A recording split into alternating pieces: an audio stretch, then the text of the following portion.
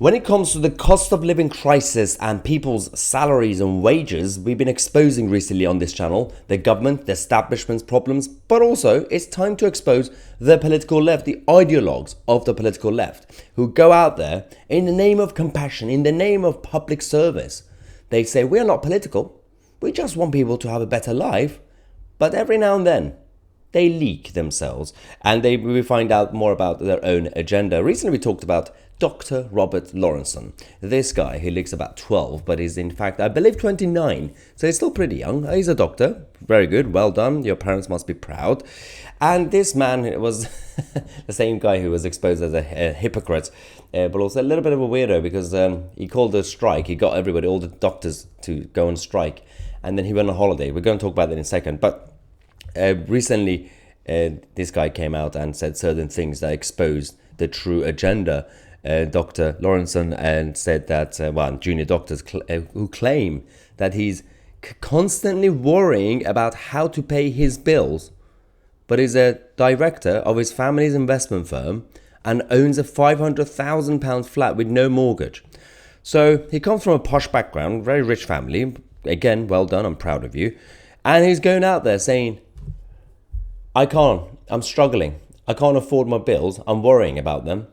He's pretending to be the man of the people. He's pretending to be, I'm also struggling. I can feel how normal people feel. So normal people, little people, you should listen to me. I will be your leader because I know how it feels to be poor. They don't. Absolutely don't. This is why we have to expose them, because they are lying. So we, of course, on this channel, we hold politicians to account because they hold public office and we pay their salaries. But when we say establishment, we're talking about anybody in the position of power and influence.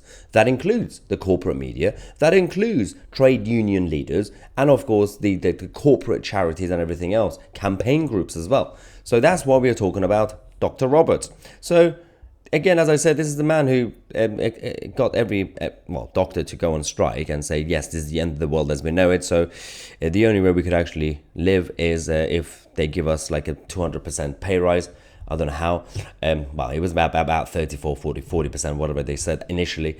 And he went on holiday instead of actually being on the picket line and supporting the strikes, because, he's struggling with his bills. He went on a yacht and a boat or whatever. And it's just not a good look. But this is the same guy. Again, as I said, he's listed alongside his parents and brothers as a director at some investment firm, a business which holds over £2 million of investment, and previously ran a Surrey golf course described as one of the finest in the country.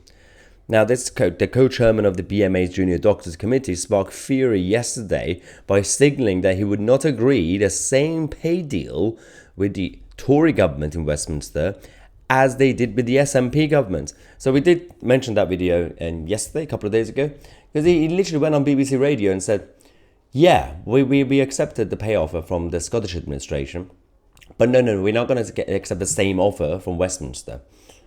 They basically admitted because it's ideological. He likes the SNP, he likes Humza Yousaf. He just doesn't like the government in Westminster. Even though doctors and junior doctors in England make more money than Scotland. Their salary band is higher than Scotland. And if you haven't seen that video, make sure to check it out. But again, nobody challenges these people. When they go on TV or radio, they just allow them to rant without actually asking the serious questions. So now they're saying they will refuse to deliver their junior doctors any care for 4 days, even in an emergency, because they seek a 35% pay rise. 35%. So there are a couple of issues with this. Firstly, basic morality. In the past, we had professions, different professions, especially when it comes to medical healthcare. Doctors, for example, or nurses would say, okay, we're going to go on strike today or for a couple of days. But there will be exceptions. They would say, all right, well, emergency care, urgent care, that's not included because we have to look after people. That's usually been the culture when it comes to democracy and strikes and protests. Same applies to on paper when Just Stop Oil said, we will block the roads, but if we see an ambulance, we'll walk away. On paper, they said that, even though they didn't really actually act on it. But that's usually common courtesy, right? But they've decided to also ignore people who need emergency care and treatment. So people are going to lose their lives because they want 34% pay rise. Obviously, it's because of the cost of living crisis. Obviously, inflation is still high. Obviously, everybody needs to find a way to get more money to be able to actually deal with the cost of living crisis. We get that. So when we are opposing these ideas, we're not saying that, no, you don't deserve any pay rise. You should just live on £20,000. No, but you have to be practical. With what money are we going to be able to pay everybody this year 34% pay rise? Because there's going to be another pay rise next year and another one. It keeps going up, and we don't really have that. And the best way to do it is to completely reform the whole of the NHS as a system so we could pay them better. We spend so much money on nonsense because the state in this country has created a religion called the NHS. It runs everything. Now, the solution is not really a full privatization. No, that doesn't work. We don't have a full privatized system anywhere in a normal developed world. What you do, you get the best case studies from Western Europe or Northern Europe or Singapore. So government could still provide a universal access, a universal healthcare system, direct access to everybody. And of course, you can actually fund these treatments. The government and the state bureaucrats shouldn't really run every aspect, every corridor and room and door and computer in the NHS. That should be devolved, but it's not happening. We are wasting so much money on diversity management. We are wasting so much money on just complete nonsense because our private contractors are taking advantage of NHS bureaucrats who don't know how to negotiate contracts. So of course, even if I had some sort of a company that was providing for the NHS, I would take advantage of them because they're idiots.